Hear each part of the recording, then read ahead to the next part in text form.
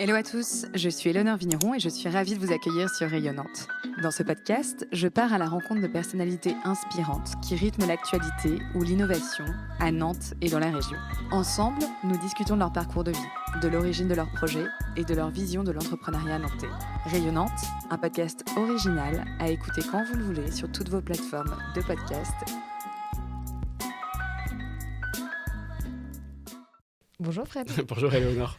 Bienvenue dans Rayonnante. Merci de m'accueillir. C'est moi qui suis ravie de t'accueillir. Comment tu vas ce matin ? Très bien. On démarre ensemble.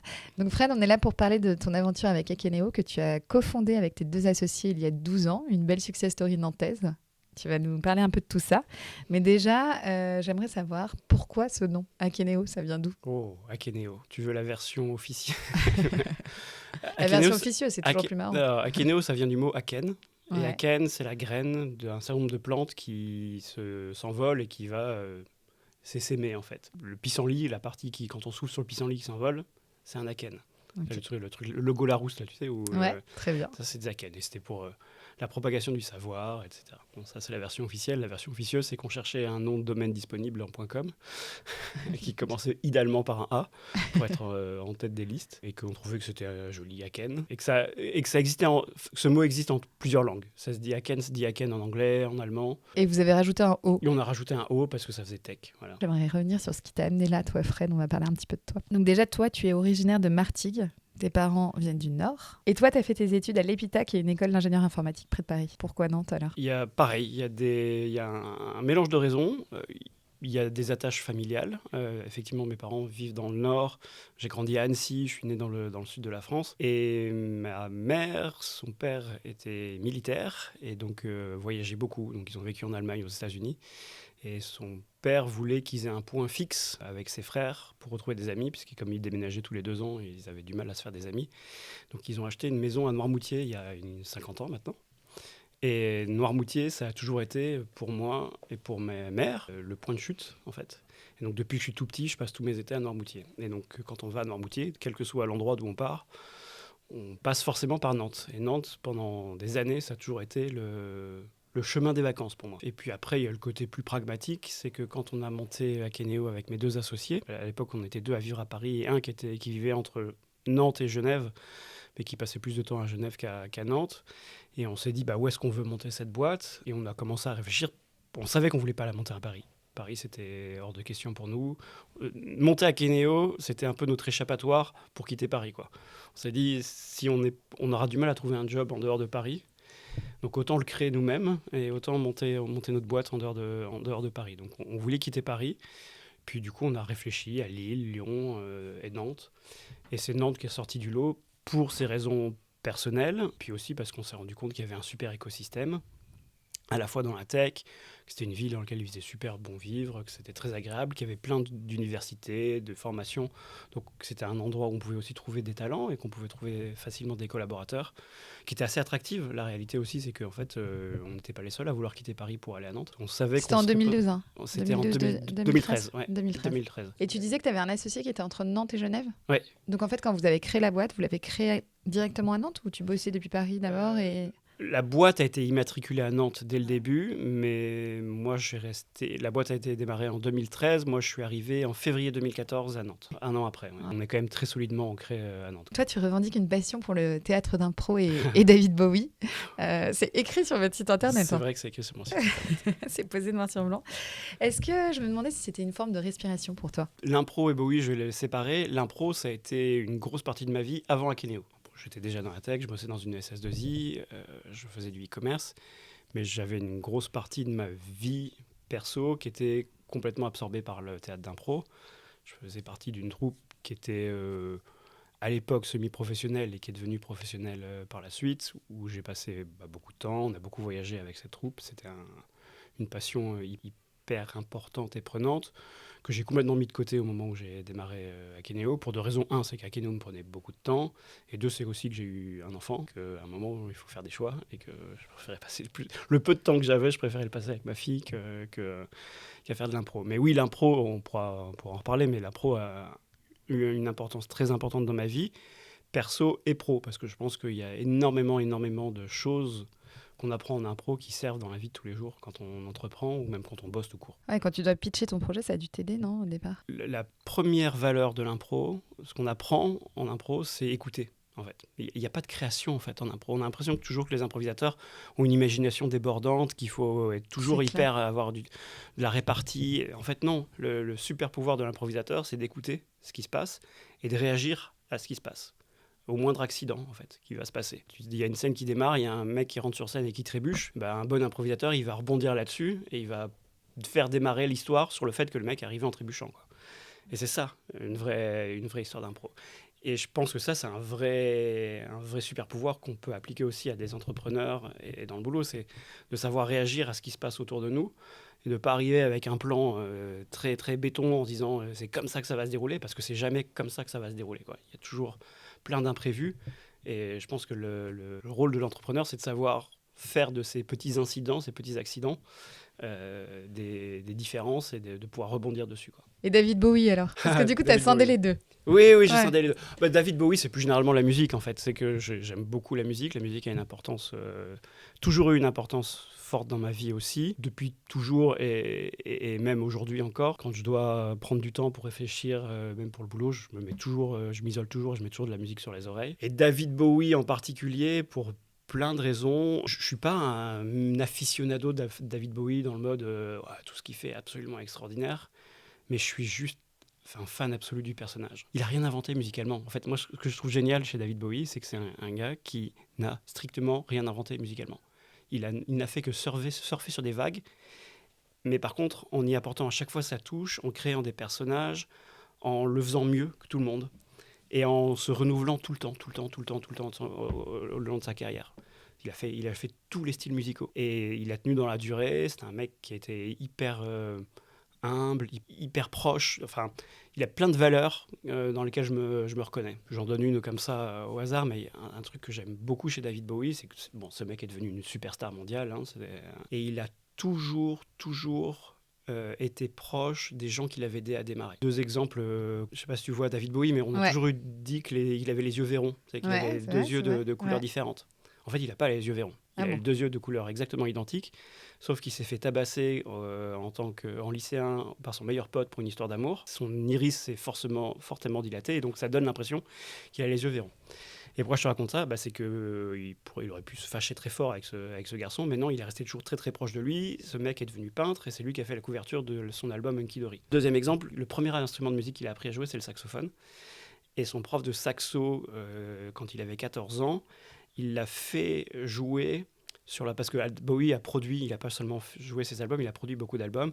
Et cet album de Lou Reed et cette chanson de Lou Reed, Take a Walk on the Wild Side, je sais pas, il y a un solo de saxo dans cette chanson. Et ce solo de saxo, il l'a fait faire à son prof de saxo quand il avait 15 ans, qui lui a donné goût à la musique. Donc moi, c'est un truc qui me touche particulièrement parce que c'est quelqu'un qui a toujours su comprendre comment il en était venu là où il en était, et il a toujours été reconnaissant. Il a toujours été fidèle, voilà. Ouais. Et je pense que c'est des valeurs qui parfois sont pas toujours évidentes en entrepreneuriat. Donc voilà, pourquoi David Bowie ? Et puis parce que voilà, après il a su faire des super chansons et que c'est quelqu'un de top. Et si on revient à toi, à ton parcours, donc Yakaneo, c'est pas ta première aventure entrepreneuriale. Est-ce que tu nous raconterais justement cette première histoire ? J'ai monté effectivement une première boîte à la sortie de mes études avec deux copains avec qui j'étais à l'école, à l'EPITA, donc une école d'informatique. Donc on était trois gros geeks, on était trois développeurs. On s'est retrouvés en stage dans une petite start-up à l'époque qui s'appelait Mediagong. Et Mediagong, à l'époque, ils faisaient deux choses. Ils faisaient des sites web. C'était une agence qui faisait des sites web. Mais surtout, ils avaient essayé de lancer une première, je ne sais pas si on peut dire une web radio, mais en fait, on avait un studio à Vitry. Ils faisaient venir des artistes dans leur studio à Vitry et ils les streamaient. Ils les retransmettaient en live. C'était les tout débuts vraiment du streaming sur Internet. Je parle d'une époque où YouTube n'existait pas. Tu vois. Enfin, vraiment, donc c'était vraiment la notion de regarder des artistes live jouer sur Internet. C'était vraiment les tout débuts.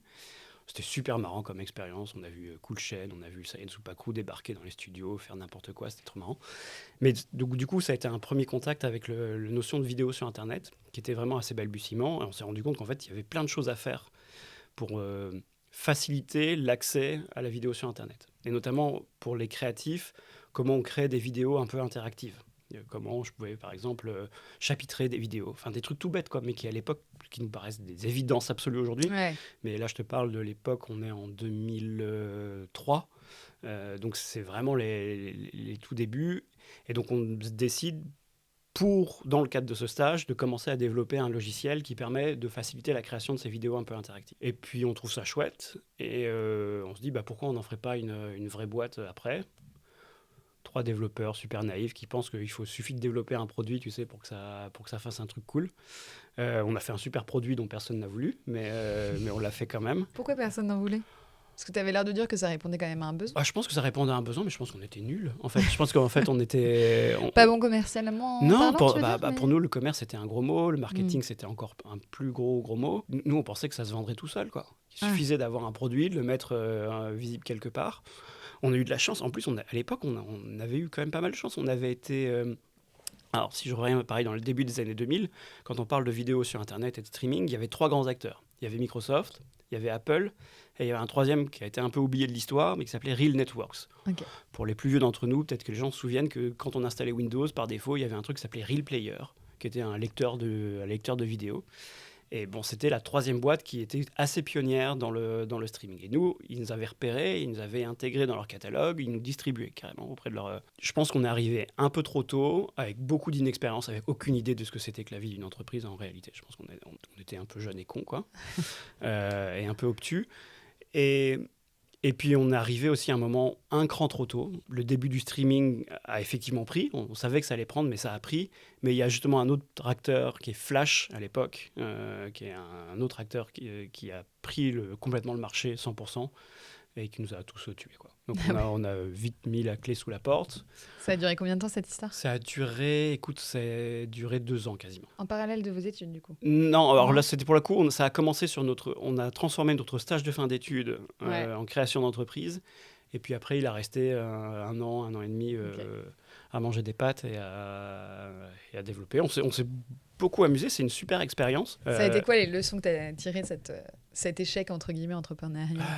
Il y en a plusieurs. Je pense que la première, ne jamais créer de boîte avec ses potes. Je me suis promis de plus jamais le faire. Parce que ça s'est pas très bien terminé. Sur les 3 associés, il y en a un à qui j'ai jamais reparlé. Et 2, je pense que... oui, j'ai appris plein de choses. Le fait que, oui, un bon produit ne suffit pas. Ça, c'était une leçon qui paraît hyper basique quand on l'entend, mais on était vraiment persuadés qu'il suffisait d'avoir un super logiciel et que le reste allait découler tout seul. Non, c'est pas comme ça que ça marche. Il faut des commerciales, il faut du marketing, il faut savoir se positionner, il faut savoir raconter son histoire. Faut pas imaginer que le marché va vous trouver tout seul miraculeusement, qu'il va comprendre exactement ce que vous aviez en tête quand vous avez créé votre logiciel. Plein de leçons comme ça qui ont été apprises. Ce qui était génial, par contre, c'est que moi, j'ai pris le virus, quoi. J'ai su, en fermant Manali, la boîte s'appelait Manali à l'époque, que j'y retournerais. Je ne savais pas quand, je ne savais pas comment. C'est ce qui t'a donné la fibre entrepreneuriale ? Ouais, vraiment, c'est un virus. Vraiment, je vois ça comme un virus. De me dire, je vais aller apprendre un métier. En sortant de Manali, je me dis, je vais aller apprendre un métier, je vais aller apprendre à bosser dans une boîte, comprendre comment une boîte fonctionne, mais j'y retournerai. Sur quoi et comment et quand, je ne sais pas. Chose que tu n'avais pas sentie avant dans ton parcours ? Non, pour moi, c'était pas une... moi, je me suis mis à l'informatique parce que je voulais faire du jeu vidéo. À l'époque, c'était c'était l'argument acceptable pour mes parents de me permettre de faire des études dans l'informatique. Je leur ai dit, oui, vous inquiétez pas, je vais devenir ingénieur. Mais moi, j'avais qu'une envie, c'était de faire des jeux vidéo. Et vraiment, je m'y suis tenu très longtemps. Sur les 5 années de mes études, je pense que les 4 premières années, j'étais vraiment persuadé que à la fin, j'allais faire des jeux vidéo. Et puis, il y a eu ce stage et toute l'histoire de Manali qui a démarré. Je me suis jamais senti entrepreneur. Et pourtant, maintenant que j'y pense, je me dis que j'avais plein de petits signaux qui pouvaient laisser entendre que oui, en fait, j'avais même quelque chose qui me plaisait dans le fait de créer ou de démarrer des choses, quoi. Mais je me suis jamais dit, ça n'a jamais été une vocation de me dire, je veux être entrepreneur. Moi, je pense qu'entrepreneur, c'est pas un métier. C'est un projet. C'est ton projet. Tu dois avoir un projet. Et si ce projet-là, ça implique d'être entrepreneur, très bien. Mais c'est pas être entrepreneur en soi, c'est pas une fin. Moi, les serial entrepreneurs, ça me fait peur, en fait. Parce que je me dis que c'est des gens qui transforment l'entrepreneuriat en un métier, en une fin en soi. Alors que je pense que c'est jamais la fin en soi. La fin en soi, c'est le projet que tu portes, quoi. Carrément. Je suis vraiment alignée avec ce que tu dis. Tu as repris une expérience dans une boîte et puis ensuite tu as créé Akeneo du coup en 2013. C'est ça. Et j'ai lu que tu avais eu cette idée au lendemain de ton mariage. Est-ce que c'est vrai ou pas? On a démarré au lendemain de mon mariage. Tu as démarré, donc tu l'avais eu avant. Oui, ça faisait un moment qu'on maturait le projet, mais les premières lignes de code d'Akeneo ont été écrites, je pense, le 1er octobre 2012 et je me suis marié le 29 septembre. Et alors, quand on a préparé cette interview, tu m'avais dit au départ, je pensais que ça allait mettre 6 mois avant qu'on se lance, qu'on commercialise le produit, etc. Puis finalement, tu en as mis 18. Ouais. Alors ça, c'est un mauvais pli qu'on a pris parce que du coup, avant Akeneo, donc j'ai bossé dans une SS2I qui s'appelle Smile. Et dans le service, on fait les choses vite parce que c'est le principe du. Je dis pas vite, veut pas dire mal, mais c'est bien sûr. Faut être comme efficace. le modèle, c'est de facturer des jours hommes. Nos clients demandent toujours d'aller au plus rapide, quoi. Donc on acquiert des réflexes de prendre des raccourcis, d'aller au plus vite, qui sont pas des bons réflexes quand on construit un logiciel qui a pour vocation de tenir sur la durée et de servir plein de clients différents. Donc je pense qu'on a sous-estimé très largement le coût de développement de notre outil. Effectivement, on était persuadé qu'en 6 mois, ça allait être fait, et ça en a mis 18. Ouais. Tu t'es pas désespéré? Oh, ça a été dur. Non, j'en rigole maintenant, et puis parce que c'est plus facile, avec le recul, c'est plus facile d'en rire. Mais je pense que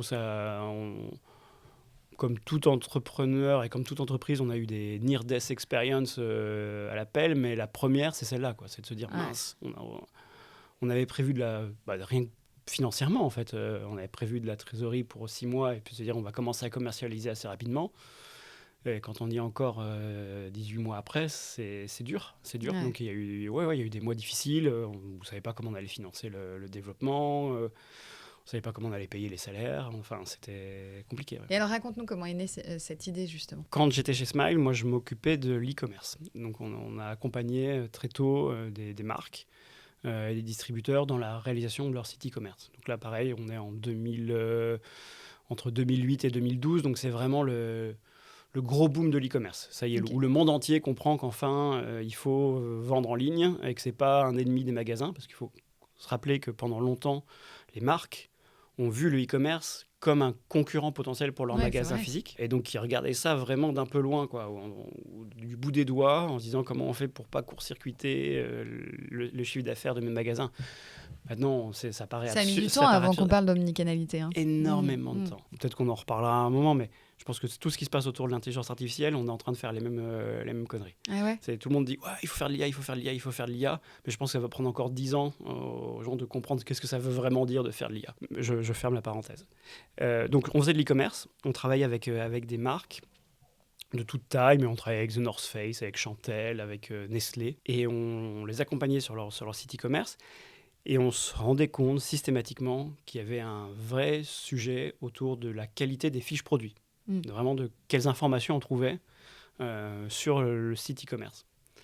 Et donc pour ceux qui ne connaissent pas la fiche produit, tu es sur ton site internet, tu as ton produit et c'est le descriptif qui est à côté. Exactement. Avec toutes les caractéristiques. C'est là où il y a le bouton ajouter au panier. Tu as les photos et les caractéristiques techniques. Les photos, une description, des caractéristiques techniques, parfois les avis clients, enfin tout ce qui donne envie en fait d'acheter ou pas. Et ça, la plupart des clients avec lesquels on bossait, ils avaient très très peu d'informations, ils avaient beaucoup de mal à remettre le bon niveau d'information sur ces fiches produits, d'avoir un peu plus que 100% coton sur la fiche d'un t-shirt, quoi. Et on sait que ça a un impact très fort sur le fait de donner envie d'acheter et sur l'expérience client de manière générale. Donc on a essayé de comprendre un peu ce qui se passait.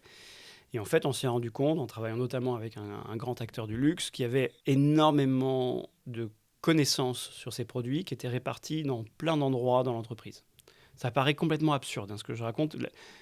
Et d'ailleurs, il faut se dire que quand nous, on pitchait ça au début d'Akeneo, les gens nous prenaient pour des fous en disant « mais c'est pas normal, ce que vous nous dites, ça doit déjà exister, c'est pas normal que ça fonctionne comme ça ». Mais non, il faut imaginer que pour une grande entreprise du luxe, il fallait 5 à 6 mois, à chaque fois qu'une nouvelle collection de produits sortait, pour pouvoir réussir à mettre en ligne les produits sur le site e-commerce, avec un niveau d'information assez pauvre. 5 à 6 mois, ça veut dire que le site internet avait toujours une saison de retard sur les magasins physiques. Ouais, donc dans le prêt-à-porter... Pas ouf. Ouais, pas ouf. Et ça, c'est le type de problématique, moi, qui m'a toujours passionné, parce que c'est des problématiques qui sont invisibles et qui sont pas très sexy. En vrai, ça fait rêver qui de dire on va améliorer la manière de créer de l'information produit, mais qui sont des vraies problématiques très très fondamentales, parce que tout simplement ça empêche de vendre, hein. Ça empêche et ça empêche de fournir des expériences de bonne qualité. Et là où ça devient plus absurde, c'est que cette grande entreprise de luxe dont je parle, on a leur site e-commerce qui a du mal à avoir des informations produits, et puis par hasard, lors d'un atelier où on discutait avec eux, on rencontre 2 autres personnes, un étage au-dessus, qui travaillent sur le catalogue papier, complètement par hasard.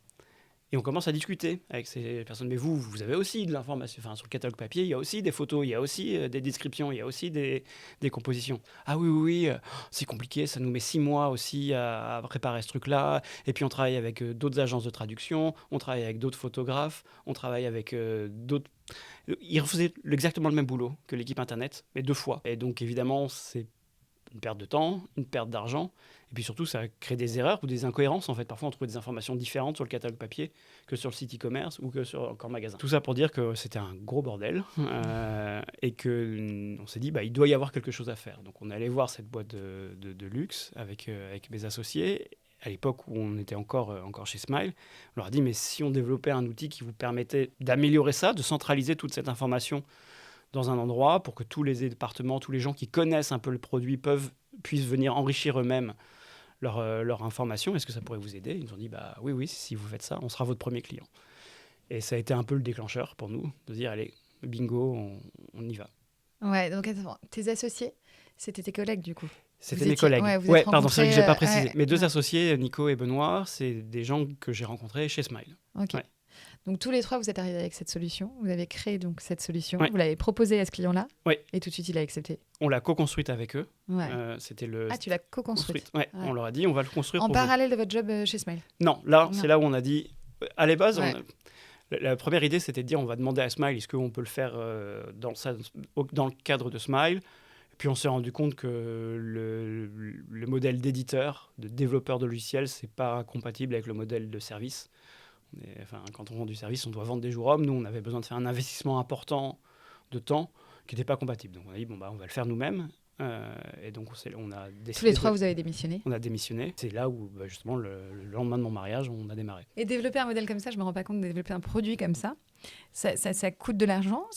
Forcément, il y a votre temps, il y a votre énergie, mais d'un point de vue technologie, matière première... C'est du temps. C'est vraiment du temps homme. Ouais, c'est vraiment... je l'ai dit, on a mis 18 mois. Donc, c'est 18 mois. Au début, on était tous les 3. Et puis, on a quand même recruté des développeurs pour nous aider au démarrage. Donc, c'était 5-6 personnes pendant 18 mois. Donc, ça coûte un peu d'argent. Ouais. Tout de suite, vous avez recruté du monde? Tout de suite, on a recruté des développeurs. Oui. Parce qu'on pensait que ça allait prendre 6 mois. Donc, on s'est dit, c'est pas grave, on a de quoi les payer pendant 6 mois. Qu'est-ce qui s'est passé au bout de ces 6 mois? On a transpiré un peu. On a transpiré, non. Et puis, c'est là où on a eu la chance de rencontrer aussi des investisseurs qui nous ont fait confiance, qui ont cru au projet. Je pense que le fait qu'on ait ce client qui nous faisait confiance, qui était une marque prestigieuse, donc tu as compris que je ne peux pas les citer, mais je pense que ce n'est pas très difficile à trouver, ça a permis à des investisseurs de nous faire confiance et de nous permettre de financer la boîte. Donc tout de suite, tu as fait intervenir un investisseur externe? Tu as fait un tour de table pour... on a démarré en octobre 2012 et en août 2013, on faisait notre première levée de fonds, qui n'a pas été simple. Ça a été un parcours du combattant, parce qu'en fait, moi, je pensais qu'on était pareil. J'ai refait les erreurs du début en disant, super, on a un super produit, on a un super client, les gens vont se battre pour investir dans Akeneo. Rien du tout, on n'était personne, quoi. On avait zéro background, on avait zéro... le seul aventure entrepreneuriale que j'avais, c'était, ça datait d'il y a 8 ans, et c'était un échec cuisant. Donc, ça faisait pas rêver. Tes associés non plus? Ils n'avaient pas eu d'autres expériences? Ouais.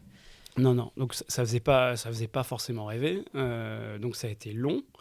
Et on a eu un moment, dans l'histoire d'Akeneo, il y a un truc, il y a eu un choix important qu'on a été amené à faire. C'est qu'à un moment, cette marque de luxe nous dit, écoutez, moi, je suis prêt à financer.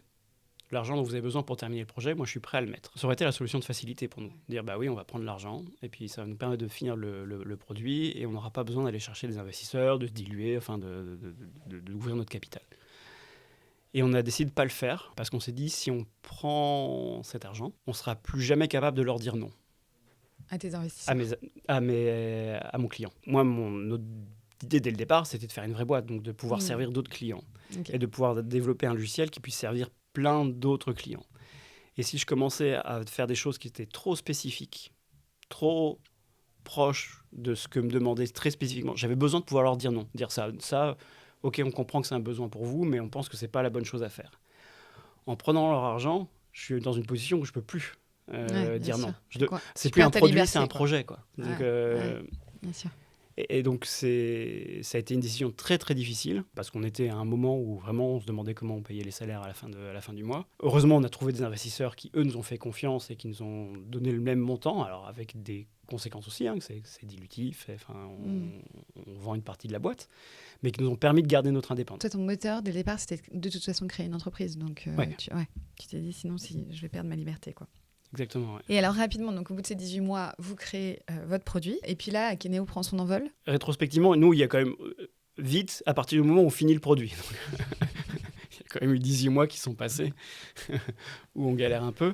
Alors, Akeneo a une particularité, c'est que nous, on a fait le choix, dès le départ, d'être open source. Alors, pour expliquer un peu ce que c'est que l'open source, c'est que le code de notre logiciel est disponible gratuitement. Donc, sur Internet. Donc n'importe quelle entreprise dans le monde pouvait venir sur Internet, récupérer le code, l'installer chez eux et l'utiliser gratuitement. Tu peux me demander comment créer un business autour de ça. En fait, ça paraît être une vraie prise de risque. C'est une grosse prise de risque. C'est aussi ce qui n'a pas facilité les levées de fonds et la recherche de financement au démarrage.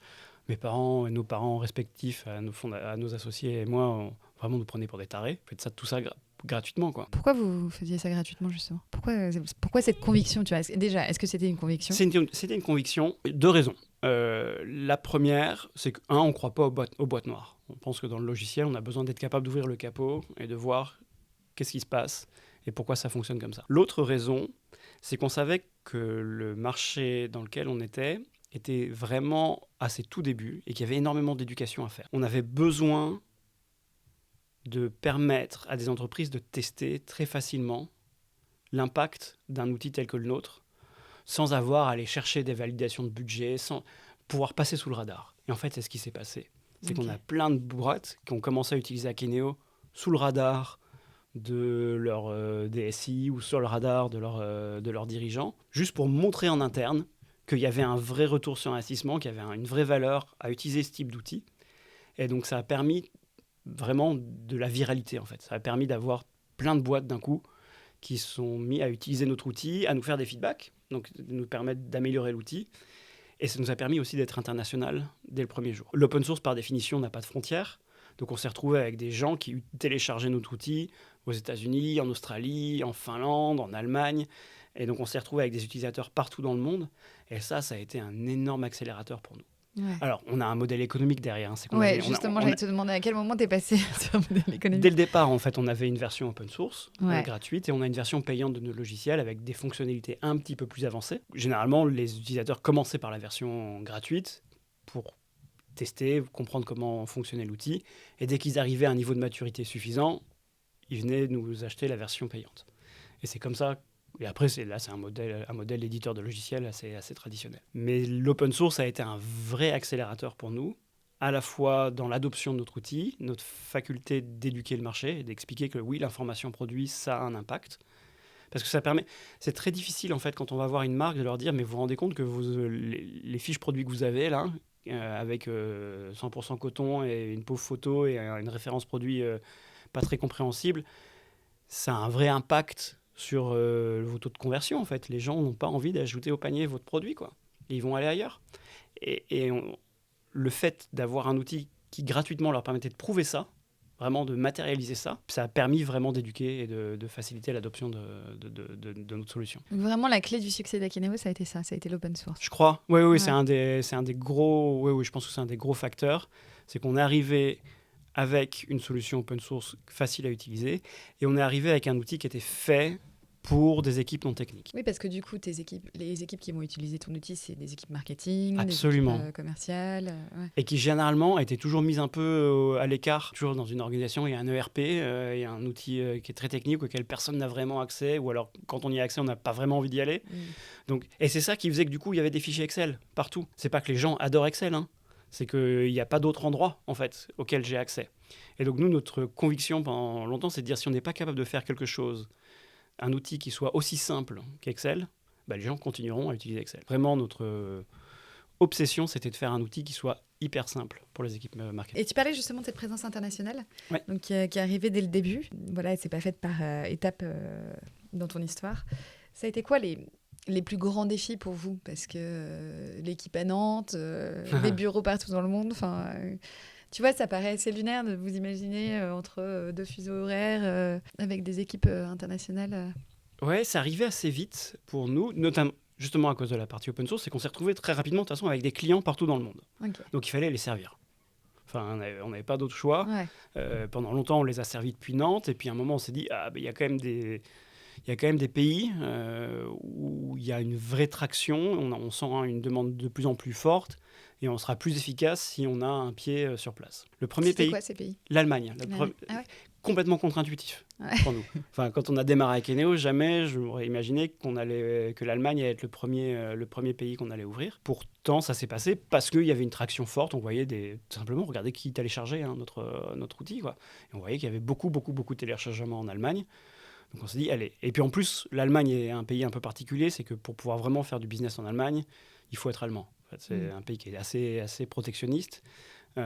C'est très difficile pour des éditeurs qui ne sont pas allemands de réussir à pénétrer ce marché.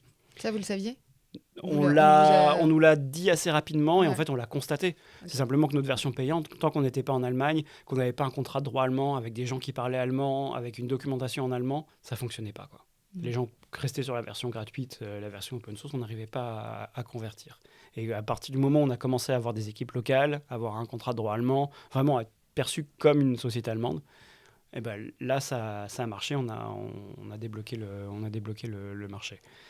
Donc l'Allemagne a été notre première expérience, qui a été hyper enrichissante, mais qui nous a un peu biaisé dans le sens où je pense que la chance qu'on a eue avec l'Allemagne, c'est qu'on a trouvé tout de suite la bonne personne. Et je pense que c'est un coup de bol, tu vois. On a trouvé tout de suite un mec incroyable qui est toujours dans la boîte 10 ans après et qui a complètement monté from scratch le marché allemand, qui a tout de suite compris la culture d'Akeneo, qui on était, et qui a su l'adapter et la traduire et nous dire attendez, ça les gars, c'est pas comme ça qu'il faut faire en Allemagne, c'est ça qu'il faut qu'on adapte, etc. Et donc on s'est dit c'est super, en fait, ça va être facile comme ça tout le temps. Et en fait, c'est juste qu'on a eu un immense coup de bol en trouvant la bonne personne. Le deuxième pays qu'on a ouvert, c'est les États-Unis. Les États-Unis, ça...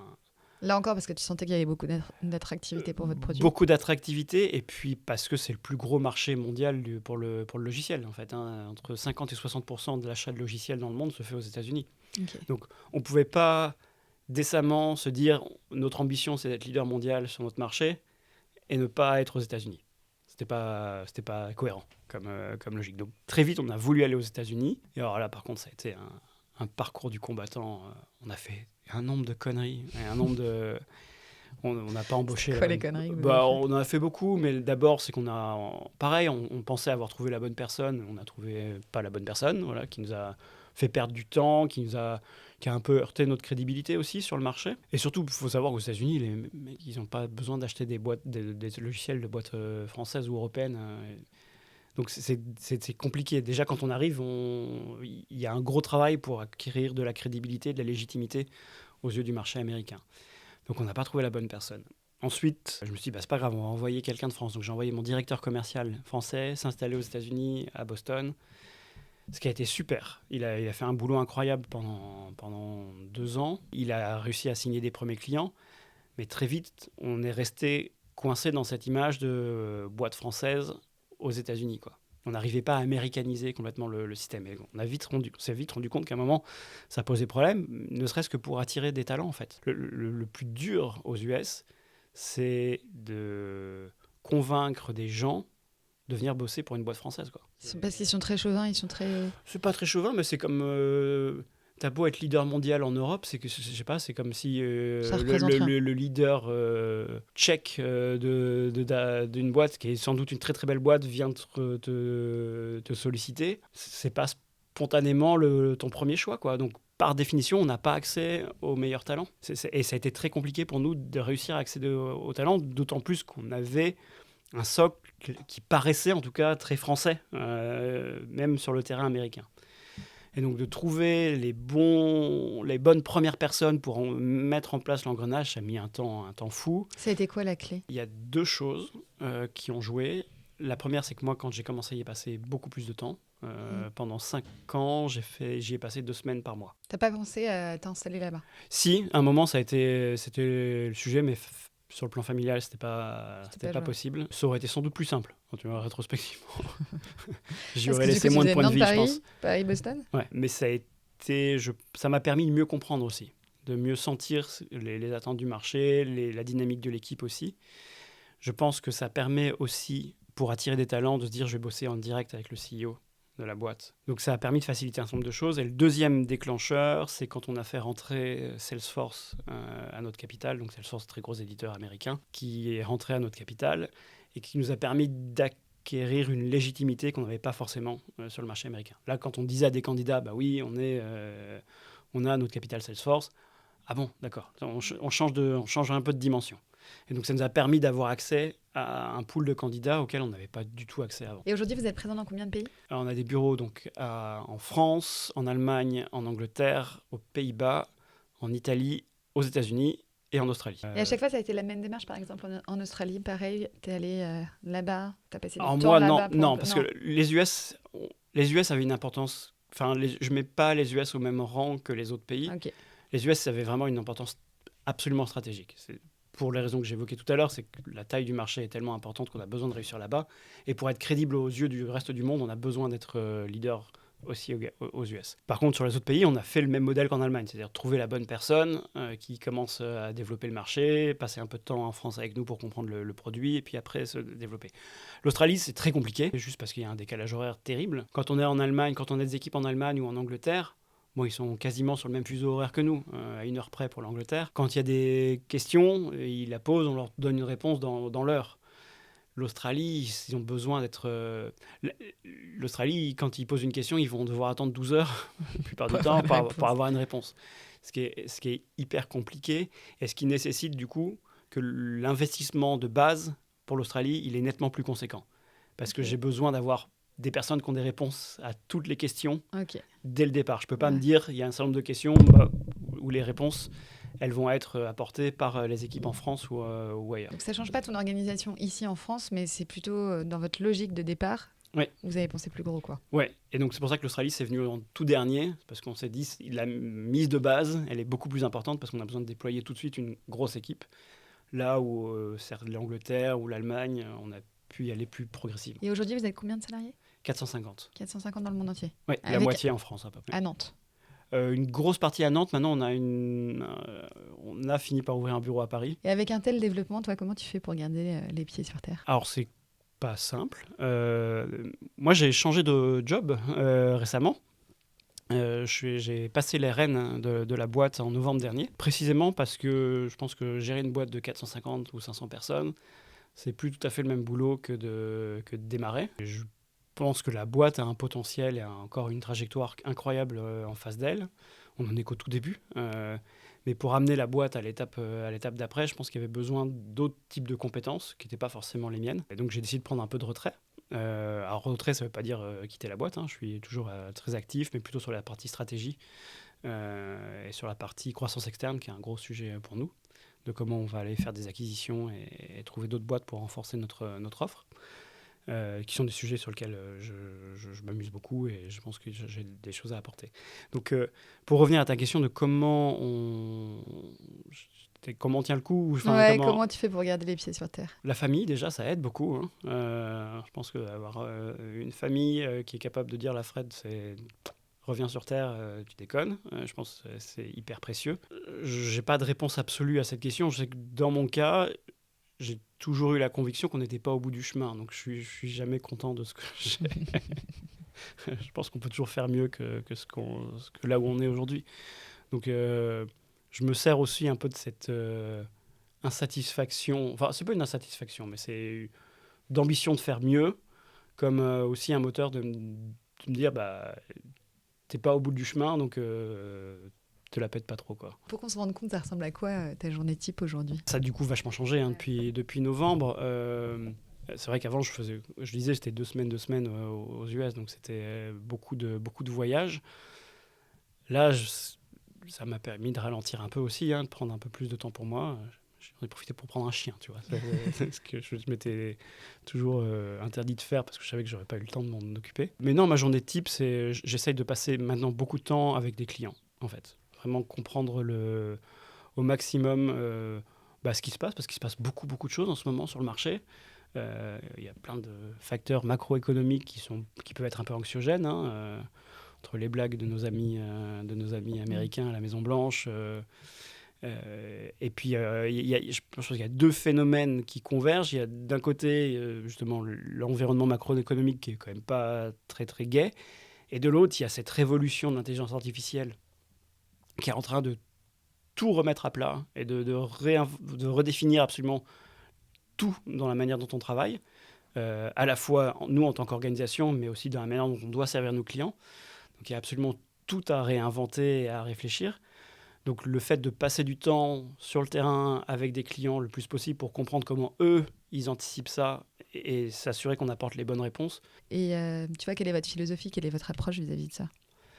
On essaye d'être très humble sur le sujet en disant que c'est impossible de prédire exactement l'ampleur de ce phénomène-là. Ça va être très très compliqué de vraiment prédire la profondeur dans laquelle ça va changer. Et on a 2 convictions.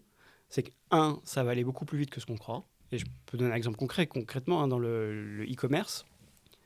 Je pense que l'IA, une des principales révolutions qu'elle va apporter, c'est de la manière dont nous, consommateurs, on achète. Je ne sais pas si tu as déjà testé de demander à ChatGPT, tiens, cherche des chaussures pour faire de la randonnée en montagne ou. Non, je n'ai jamais testé ça.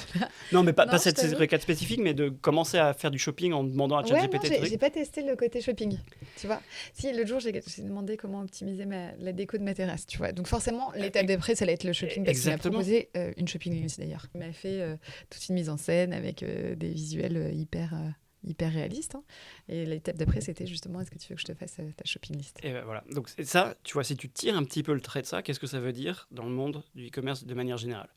Ça veut dire que, potentiellement, on n'utilisera plus jamais Google. Google, en tout cas sur la partie moteur de recherche, ça disparaît puisqu'on va avoir en fait un espèce d'assistant personnel qui nous connaîtra toujours bien mieux que Google, à qui on va poser des questions. Et 2, si tu tires l'étape d'après, c'est que moi, je ne serais pas surpris que dans les 12 prochains mois, très vite, on prenne l'habitude en fait, de confier un budget à notre agent à ChatGPT ou à notre agent AI en lui disant, pour les achats du quotidien, tu sais ce que j'aime, machin de ça, je te confie un budget. C'est toi qui fais. Donc, nous-mêmes n'irons plus acheter en ligne. Donc, si je tire le trait jusqu'à un peu plus loin, en prenant l'extrême, c'est-à-dire que potentiellement, c'est la fin du e-commerce, dans le sens tel qu'on le connaît. C'est-à-dire qu'il n'y a plus de sites de vente en ligne, puisqu'en fait, ça va être des agents d'intelligence artificielle qui vont faire le boulot à notre place. On leur dit ce qu'on veut, et c'est eux qui se débrouilleront pour les acheter, puisqu'ils auront un budget et les outils pour faire les achats eux-mêmes. Ça veut dire plein de choses pour l'industrie. Ça veut dire vraiment beaucoup de choses, beaucoup de bouleversements. Et donc, la première conviction, c'est que ça va aller beaucoup plus vite que ce qu'on pense.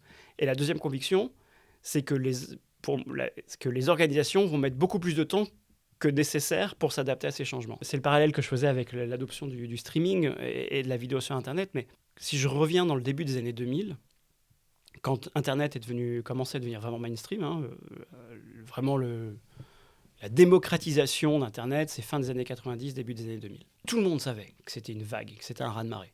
On avait dans toutes les conférences, on parlait de « Oh mon Dieu, Internet va changer la manière dont on vit, dont on consomme, etc. » On était tous d'accord pour le dire. Amazon a démarré en 98 ou 95.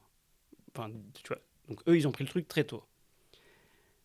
Il a fallu plus de 10 ans aux marques pour comprendre que le e-commerce, c'était pas quelque chose qui allait cannibaliser leur business, mais que c'était quelque chose qui allait compléter et enrichir leur business.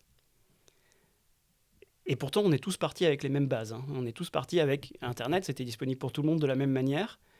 Et il y a eu des gens qui se sont engouffrés très vite, Amazon, qui ont bouffé tout le monde. Ce qui fait que maintenant, tout le monde a peur d'Amazon.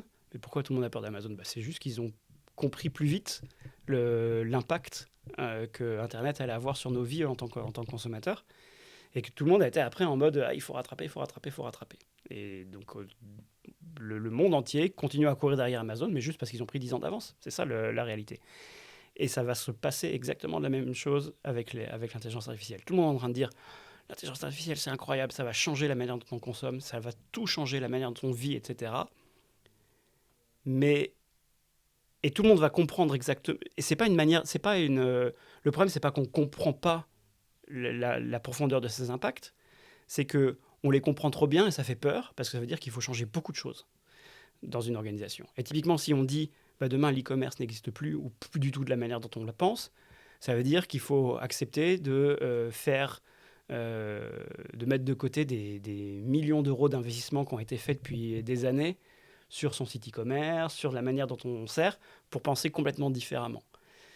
Et je pense que le plus gros enjeu dans notre métier à nous, c'est comment on réussit à accompagner ces marques pour pas qu'elles reprennent un train de retard sur le prochain Amazon de demain, qui est sans doute OpenAI ou un autre acteur. C'est quoi ton conseil justement vis-à-vis de ça ? Être à la fois très pragmatique, c'est-à-dire qu'on est au tout début. Donc si je prends mon parallèle avec l'Internet, on est encore au modem 33.6 qui fait bip bip bip et qui coupe la connexion au téléphone quand on navigue sur Internet. Les vieux souvenirs de Exactement.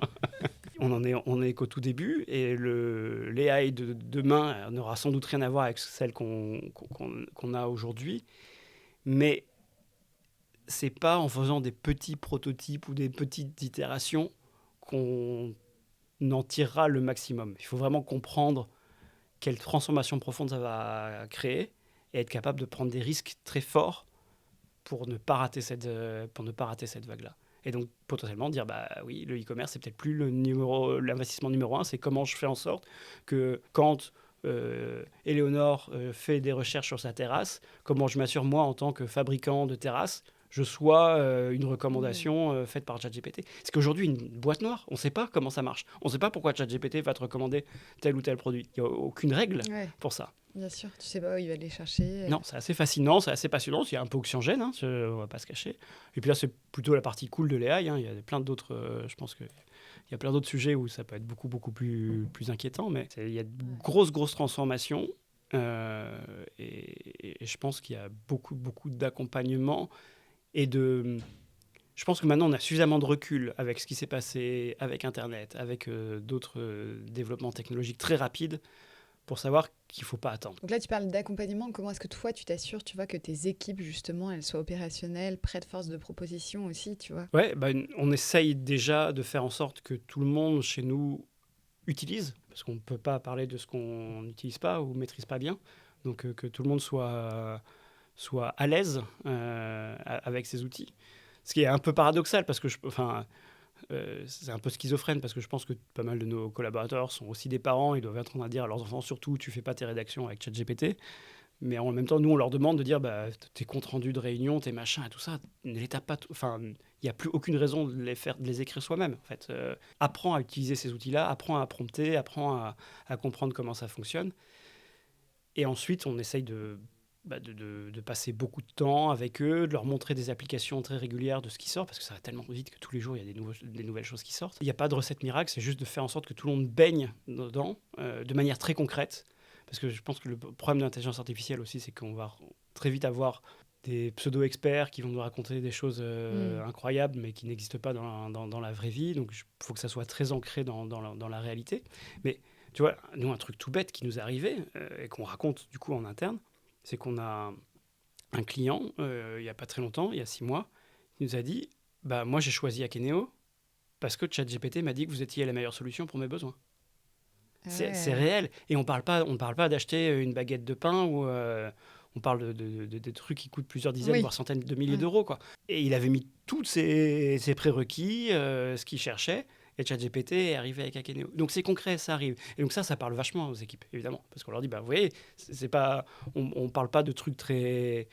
On n'est pas en train de fantasmer quelque chose, on est en train de vous parler de quelque chose qui existe déjà et qui nous arrive déjà à nous. Donc si ça nous arrive à nous, c'est sûr que ça arrive à nos clients aussi. Comment on les aide et comment on les accompagne là-dedans. Et tu disais que vous faites en sorte de vous tenir au courant de tout ce qui sort. C'est ce qui veut dire qu'en interne, tu as revu votre organisation pour avoir une équipe dédiée, on a une qui équipe, fait du benchmark. On a une équipe de veille. On a fait une acquisition il y a 2 ans. On a racheté une boîte parisienne qui s'appelle Unify, qui était vraiment très, très spécialisée dans l'IA autour de la donnée produit, autour de laquelle on a construit vraiment un vrai centre de compétences autour de ces sujets-là. Et il y a un autre sujet sur lequel je voulais rebondir. Tu en as parlé tout à l'heure, qui n'a rien à voir avec l'IA, mais tu parlais de l'impact des décisions du nouveau gouvernement américain sur votre business là-bas. Raconte-nous un peu comment ça se passe pour vous, parce que c'est vrai qu'on voit ça de loin ici. Ouais, écoute, c'est particulier.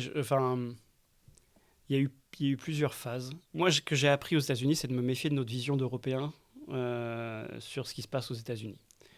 Et moi, je me suis très vite rendu compte, là, avant les élections, que même au sein de mes équipes, parce qu'on a tendance à se dire, les gens qui votent Trump, c'est plutôt le Midwest et que c'est pas les gens très éduqués. C'est faux. C'est complètement faux. Moi, je sais que 50% de mes équipes ont voté Trump aux US, et pas parce qu'elles croyaient forcément dans toutes les choses que racontait Trump, mais parce qu'il y avait un rejet de plein de choses qui s'étaient passées avant. Bref, j'avais déjà une équipe qui était un peu divisée. Quand Trump est arrivé au pouvoir, j'ai vu un changement très net dans mes équipes, où pour la première fois, j'ai vu des membres de mes équipes, ou même des clients qui m'ont dit « Punaise, Fred, on a honte d'être américain ». J'ai jamais entendu ça de la bouche d'Américains jusqu'à présent. Donc il y a eu un vrai coup de massue. Je pense que tout le monde a été complètement assommé. Personne n'avait anticipé la vitesse de ces décisions et l'ampleur des décisions qui auraient pu être prises. Donc je pense qu'il y a une prise de conscience plus importante maintenant. Sur le plan économique, tout le monde est un petit peu en mode attentiste aujourd'hui. Nous, le premier impact qu'on a vu, c'est au Canada. On a pas mal de clients canadiens. C'est là où on a vu tous les Canadiens lever les stylos en disant on ne fait plus aucun investissement tant qu'on ne sait pas exactement à quelle sauce on va être mangé. Économiquement, évidemment que ça a un impact, mais je pense que le plus gros impact aujourd'hui, il est sur le moral.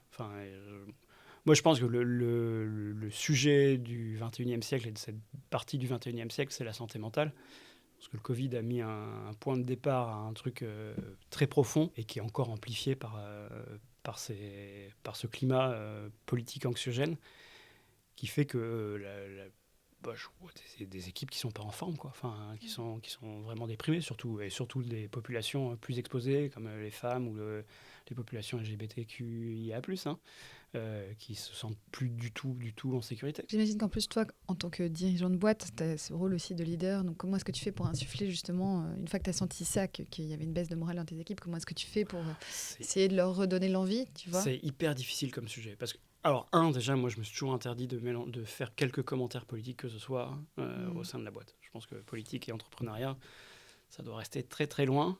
Quand c'est pas le cas, on voit ce qui se passe. Quand un très grand entrepreneur américain très successful décide de faire de la politique, ça se finit jamais très bien. Donc, j'évite à tout prix de faire des commentaires politiques. Par contre, et le sujet de la santé mentale, c'est un sujet qui est tellement privé et qui est tellement complexe, parce que c'est jamais rarement qu'un sujet de travail, c'est un ensemble.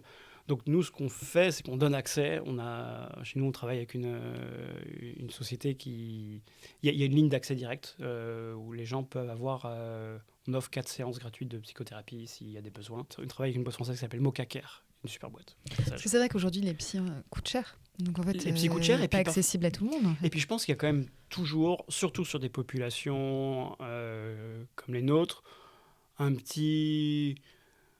J'ai pas envie d'avoir un psy, quoi. Un peu de fierté, un peu d'ego. Un peu d'ego, quoi. Et le fait de faciliter, en fait, et de le banaliser. En fait, c'est comment on banalise le fait d'avoir accès et de consulter un thérapeute ou un spécialiste. Je pense que ça désamorce un petit peu les choses et ça facilite pas mal de choses. Donc, on essaye de contribuer à permettre aux gens d'évacuer, de partager leurs angoisses et leur anxiété. Et toi, depuis le début de cette aventure, en tant que dirigeant, tu te fais accompagner, un peu coacher justement dans cette fonction-là ? Non, je ne l'ai pas fait et je regrette. Tu vois, c'est un vrai truc où je pense que, pareil, peut-être par ego mal placé, par fierté, je me dis j'en ai pas besoin. Et... Pourquoi tu le regrettes ? Parce que pense que plusieurs fois, je suis passé vraiment pas loin du burn-out et qu'il y a des situations que j'aurais pu désamorcer plus vite, simplement en étant bien accompagné, en ayant quelqu'un qui me dise là non Fred, tu déconnes quoi, et où il faut que tu prennes des décisions plus vite. Je pense que je pense que chaque personne a un mode de fonctionnement différent. Moi, je sais que sous pression, j'ai tendance à vouloir prendre du recul et temporiser les choses, là où parfois en fait il y a besoin de prendre des décisions très rapidement.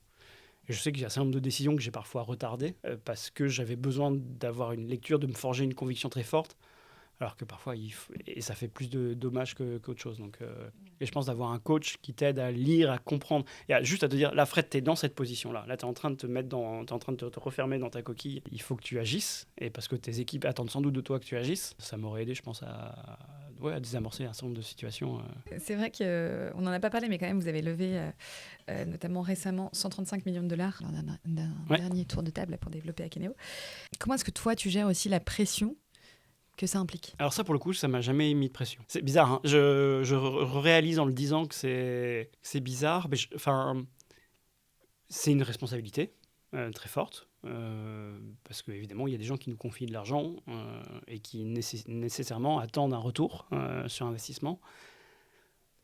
Mais je pense que j'ai toujours été porté par le fait que, de toute façon, on n'en était qu'au début de notre aventure et qu'il y avait encore beaucoup de choses à faire et que les gens qu'on mettait autour de nous, même les investisseurs, on a toujours pris soin d'intégrer des investisseurs qui partageaient notre vision et qui partageaient notre manière d'avancer. Alors je dis pas que c'est pas une responsabilité, on a une responsabilité vis-à-vis d'eux. Est-ce que ça a été une pression très forte? Non. Peut-être je sais pas, non, parce que je crois au projet, en fait, tout simplement, et que je me dis que oui, on va réussir à rendre cet argent et à faire de nos investisseurs des investisseurs heureux. On n'a pas beaucoup parlé de tes associés. Aujourd'hui, ils sont encore dans l'aventure? Non, sur les 3, il y en a un, Nico, qui est parti il y a 1 an et demi, un peu avant moi. Et Benoît, oui, est toujours là. Et quelle répartition, du coup, vous avez? Eux sont tech. Nico s'est occupé vraiment du produit. Benoît était plutôt directeur technique. Donc au début, il travaille vraiment main dans la main. Et puis après, il y en a un qui a plus géré la partie gestion des équipes organisationnelles. Parce que quand on a une équipe de 150 développeurs, il faut quand même organiser tout ça. Ça, c'est ce que Nico faisait extrêmement bien. Et Benoît était plus la partie... Benoît, c'est un peu notre gourou technique, quoi. C'est celui qui va vraiment donner les grandes directions, les grands choix d'architecture. Et donc, eux géraient la partie technique et puis moi, je faisais le reste. Plutôt la partie business, en fait. C'était pas des copains au départ, du coup? C'était pas des copains au départ. Ils le sont devenus. C'est des amis, c'est des gens très, très proches. Je pense que vivre une aventure comme celle d'Akeneo, ça crée des liens qui sont très, très forts. On a vécu des choses incroyables, avec des hauts, des bas. Enfin, c'est des montagnes russes, hein. Mais à la base, c'était pas des amis. C'était des gens que je respectais. C'est des gens avec qui j'avais déjà travaillé. Avec ça qui joue, ça aussi. Ouais. On sait comment on réagit dans les coups de chaud. On en rigole souvent avec Benoît, mais ma première interaction avec Benoît, quand je suis arrivé chez Smile, donc c'était en 2005, je crois que la première interaction que j'ai eue avec lui, c'était on s'est engueulé. Parce qu'on a eu un débat sur un sujet technique complètement idiot. Hein, il n'y avait rien de très profond. Mais on s'est engueulé. Enfin, vraiment, on a débattu assez on a vu qu'on était réussi à passer à travers ça. Et je pense que c'est un bon... Je te vois pas du tout comme un mec qui s'engueule. Non, non, mais parfois j'aime bien débattre. Mais non, je suis pas un sanguin. Oui, t'as pas l'air très sanguin. Non. T'as l'air plutôt pisse. Et tu parlais justement tout à l'heure de cette collaboration, enfin de ton collaborateur en Allemagne, en disant que tu disais qu'il avait tout de suite compris vos valeurs. C'était quoi vos valeurs à l'époque et est-ce que c'est encore les mêmes aujourd'hui? Pareil, pour moi, les valeurs, ça sonnait un petit peu corporate bullshit, tu vois. Enfin, un truc que tu mets sur une plaquette pour faire joli. Et puis, je pense que c'était en 2016. On commence à être 30 personnes, tu vois, entre 20 et 30 personnes. Et c'est l'étape de vie de la boîte où tout se passe plus autour de la machine à café. Tu sais, on perd un truc où tout le monde sait en temps réel ce que font les autres. Et donc, c'est à ce moment-là, dans la vie d'une boîte, que tu commences à avoir des gens, tu commences à avoir un peu des silos qui se créent dans la boîte. C'est des équipes qui vont être plus les unes avec les autres, et puis on ne sait pas trop exactement ce que font les autres, etc. Et donc, on sentait que ça commençait à tirailler un petit peu à ce moment-là. Et donc, on avait fait intervenir une personne externe pour nous aider à faire un petit peu un audit, faire des interviews RH, pour nous aider à comprendre un petit peu mieux l'état d'esprit. Et la conclusion de cet audit, c'est de nous dire, il faut que vous écriviez vos valeurs. Il faut que parce que tout le monde se reconnaît dans vos valeurs et tout le monde est très angoissé à l'idée qu'elles se perdent parce qu'il commence à voir la boîte grandir très très vite et tout le monde a peur qu'en fait ces valeurs se perdent, donc il faut que vous les écriviez. Et sa deuxième conclusion, c'était il se passe quoi avec la bière chez Akeneo? Je fais quoi? Je fais oui, il y a un truc qui est revenu dans systématiquement tous les entretiens, qui est ce qui est super, c'est la bière du vendredi soir ou la bière de l'afterwork parce qu'on passe du temps ensemble. Et donc, quand on a commencé à se poser avec Nico et Benoît pour dire c'est quoi nos valeurs vraiment, on a trouvé nos valeurs. Donc, il y avait l'humilité, qui est une valeur hyper importante pour nous, le fait de jamais être convaincu qu'on est le meilleur dans ce qu'on fait, qui est toujours un chemin pour progresser. Donc, c'était une valeur hyper importante pour nous. Il y avait la bienveillance, parce qu'on a besoin d'évoluer dans un environnement où on peut se dire les choses tout en étant convaincu que tout le monde, à chaque instant, fait le meilleur de ce qu'il peut. Bienveillance, innovation, ouverture, parce que transparence, parce que ça faisait partie de l'open source, ça portait ça aussi. Et puis on s'est dit, pourquoi on ne mettrait pas la bière comme valeur? Et donc la 5e valeur d'Akeneo, c'était la bière. Pendant très longtemps, c'était la bière. Pas la bière parce qu'on aime boire de la bière, mais ça signifiait, si tu veux, le plaisir qu'on avait d'être ensemble et de passer du temps ensemble en dehors d'un contexte purement de travail. Et puis c'était la fête de célébrer les victoires ensemble et de passer du bon temps ensemble. Toutes ces valeurs ont tenu, sauf la bière. À un moment, quand on a commencé à grandir, quand on a commencé à avoir des équipes aux États-Unis, on m'a dit, Fred, ça marche plus la bière. Faut pas... Et effectivement, on a commencé à avoir des candidats en entretien qui disaient, mais ça veut dire quoi la bière? Est-ce que ça veut dire que c'est un boys club? Est-ce que c'est des gens qui se bourrent la gueule tous les soirs, machin, etc. Et en fait, elle était juste pas bien comprise. En fait. Et effectivement, quand on met juste bière sur un truc, ça peut être interprété de plein de manières différentes. Donc, nos valeurs, elles sont toutes quasiment intactes. On a juste changé la bière en communauté. Voilà. Maintenant, ça s'appelle communauté inclusive. Qu'est-ce qui t'inspire, toi, dans ton rôle de dirigeant? À part David Bowie. À part David Bowie. Non. Mais alors, tu vois, il y a très peu de leaders de la tech qui m'inspirent. Ah ouais? Pas que je respecte pas le leader de la tech, mais j'ai jamais... Tu vois, je suis pas un fan de Elon Musk, je suis pas un fan de Zuckerberg. Je trouve qu'il y a toujours plus à apprendre d'autres mondes. Ils ont tous l'air un peu barrés quand même. Je pense que de toute façon, arriver à un certain stade, il faut être barré en fait. Enfin, je crois que c'est très très très difficile. Il y a des exceptions à ce que je dis, mais on perd complètement pied. C'est très difficile, je pense, à un moment de garder vraiment les pieds solidement ancrés dans la réalité. Non, moi j'ai toujours été plus inspiré justement par des musiciens, par des gens qui font du cinéma, par même des scientifiques. Je suis un grand fan de Benjamin Franklin. Voilà, tu vois, c'est pas très moderne, mais voilà, c'est ce genre de personnage moi qui m'inspire plus. Pourquoi? Souvent, c'est des gens qui sont pas reconnus, enfin peu reconnus pour l'impact qu'ils ont eu. Benjamin Franklin, je donnais un exemple très bête, mais je parlais de l'open source tout à l'heure, tu sais, le fait d'avoir le code source disponible, etc. Benjamin Franklin, c'est le premier à avoir créé ce qu'on appelait il a créé ça, ce qu'il appelait les Junto Club. C'était à une époque où l'accès aux livres était extrêmement compliqué. Extrêmement compliqué, c'était réservé à une élite. Et donc, plutôt que pour faciliter l'accès aux livres, il a commencé à créer des clubs de lecture où en fait chacun venait avec un livre et ils se le prêtaient entre eux et ils commençaient à diffuser la connaissance comme ça. C'est tout con. Pareil, aujourd'hui, c'est une bibliothèque, quoi. Mais oui, il a inventé le principe de bibliothèque. Quand on pense à Benjamin Franklin, on pense avec son cerf-volant et l'électricité. Mais non, il a fait plein d'autres choses incroyables. Il a inventé les pompiers. Enfin, le principe de caserne de pompiers, c'est lui qui l'a inventé. Donc, il y a plein de trucs comme ça qui sont assez exceptionnels. Et qui sont plus inspirantes, je trouve que... Et si tu devais donner un conseil à quelqu'un qui se lance aujourd'hui? D'en écouter aucun. Parce que je pense qu'il n'y a pas deux trajectoires qui sont pareilles. Ouais. En vrai, je pense que... particulièrement dans le monde de la tech, où je pense... Et j'allais dire en France, mais c'est pas vrai qu'en France. il y a quand même plus de gens qui donnent des conseils que de gens qui font vraiment des choses. Et donc des gens qui vont te dire comment il faut faire, 80% du temps, ils diront n'importe quoi. Soit parce qu'ils ne savent pas, soit parce que simplement, ils vont appliquer leur propre vécu à eux et en ériger des règles absolues, ce qui n'est jamais le cas en fait. Ce qui a marché pour Akeneo et ce qui a marché pour nous, ça a marché parce qu'il y a eu dans un contexte extrêmement particulier. Et ça ne veut pas dire que ça va marcher forcément ailleurs.